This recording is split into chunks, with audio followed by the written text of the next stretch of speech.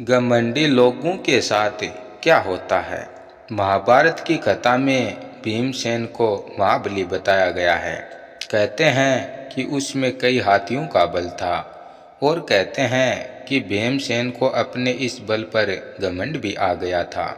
उसे लगता था कि उससे ज़्यादा बलवान कोई और हो ही नहीं सकता और इसके इसी अहंकार और घमंड को चूर करने आए थे हनुमान जी। जब द्रौपदी ने भीम से कहा कि जाओ सरोवर से मेरे लिए एक कमल का फूल लेकर आओ।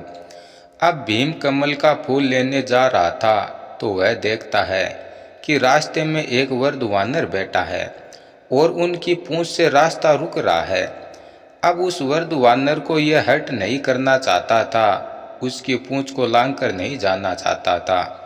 तो भीम ने निवेदन किया कि आप अपनी पूंछ को हटा लीजिए। तभी हनुमान जी बोले कि देखो, मुझसे तो अब इस उम्र में हिला डुला नहीं जाता, तुम इतने बलशाली हो, तुम ही हटा दो ना मेरी पूंछ। अब यह महाबली भीम उस पूंछ को 1 इंच भी नहीं हिला पाया। तभी भीम समझ गया कि यह कोई साधारण वानर तो नहीं है।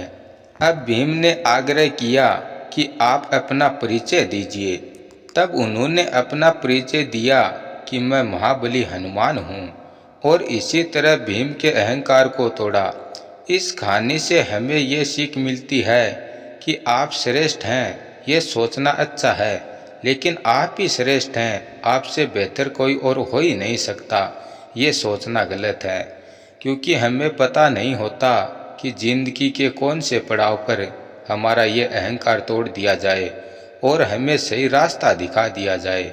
तो इसलिए अपने आप पर अहंकार मत कीजिए और खुश रहिए।